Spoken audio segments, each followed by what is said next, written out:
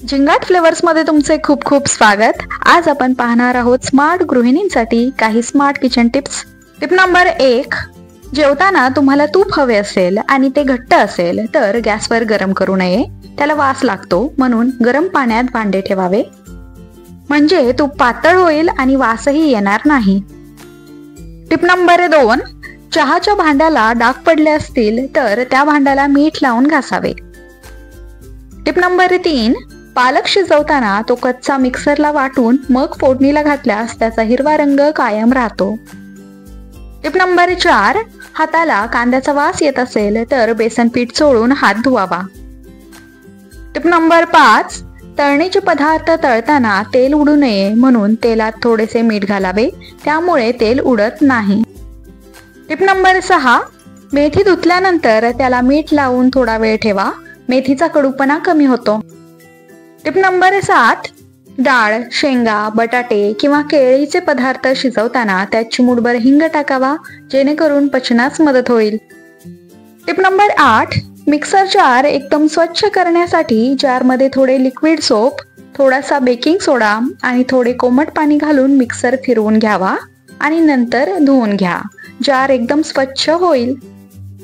Tip number 9, पिठात 1 चमचा साखर घालून पीठ मळून घेतल्याने पुऱ्या छान फुगतात।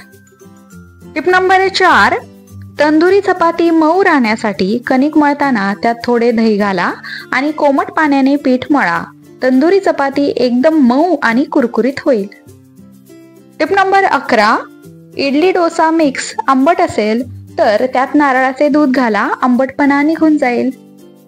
टिप नंबर 12, पनीर बनवल्यानंतर उरलेल्या पाण्याने तंदुरीचे पीठ मळावे, तंदुरी चपाती मऊ होते।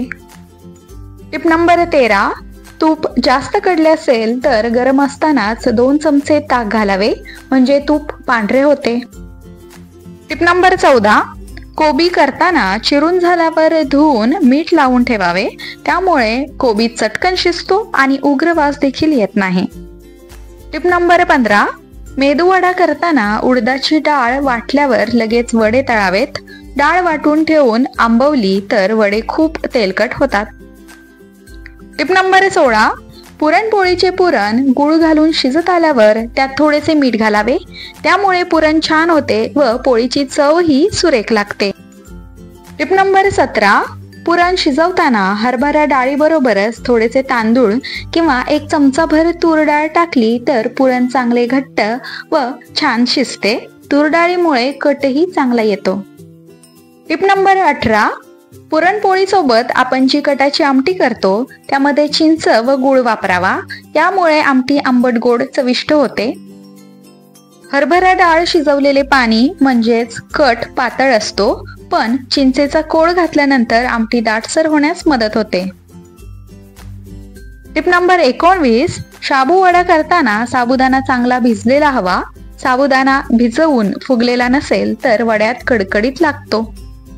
टिप नंबर 20, शाबू वडा खूप पातळ थापू नये, वडे कढईत फुगले पाहिजे इतपत पातळ थापावे। टिप नंबर 21, शाबू वडा मोठ्या आचेवर घाईने तळू नयेत, नाहीतर वडे काळे होऊन आतला साबुदाणा कच्चा राहतो, म्हणून शाबू वडा नेहमी मंद आचेवर तळावे। टिप नंबर 22, बऱ्याच वेळा बटाटे करताना बटाटे भाजी संपते व फक्त पातळ डाळीचे पीठ उरते, अशा वेळी त्याच पिठाची तेलात बुंदी पाडावी व ती बुंदी दह्यामध्ये टाकून रायता करावा, एक स्पेशल डिश तयार होते। टिप नंबर 23, इडली उरते तेव्हा लांब बोटाप्रमाणे तुकडे करून तव्यावर तूप टाकून परतून कडक करावेत, नंतर ताजे दही, साखर, मीठ घालून घुसळावे, प्लेटमध्ये इडलीचे तुकडे काढावेत, त्यावर दही, चाट मसाला, खोबरे, कोथिंबीर, चिंचेचे पाणी घालावे, कमी वेळात अत्यंत सुंदर व नवीन टेस्टी डिश तयार होते। टिप नंबर 24, भजी करताना त्या पिठातच थोडा पुदिना बारीक चिरून घातला तर स्वाद छान येतो आणि चटणीची गरजही भासत नाही। टिप नंबर 25, भजी करताना त्यात पिठाच्या प्रमाणानुसार 2 ते 3 चमचे रवा मिसळावा, भजी नेहमीपेक्षा खूप खुसखुशीत होतात। आय होप या स्मार्ट किचन टिप्स तुम्हाला अजूनच स्मार्ट बनवतील. व्हिडिओ आवडल्यास व्हिडिओला लाईक करा, चॅनलला सबस्क्राईब करा आणि हा व्हिडिओ तुमच्या फ्रेंड आणि फॅमिली सर्कलमध्ये नक्की शेअर करा. अशाच नवनवीन टिप्स आणि माहिती जाणून घेण्यासाठी आपल्या झिंगाट फ्लेवर्सला सबस्क्राईब करायला विसरू नका. पुन्हा भेटूया अशाच एका नवीन व्हिडिओ सोबत. तोपर्यंत धन्यवाद.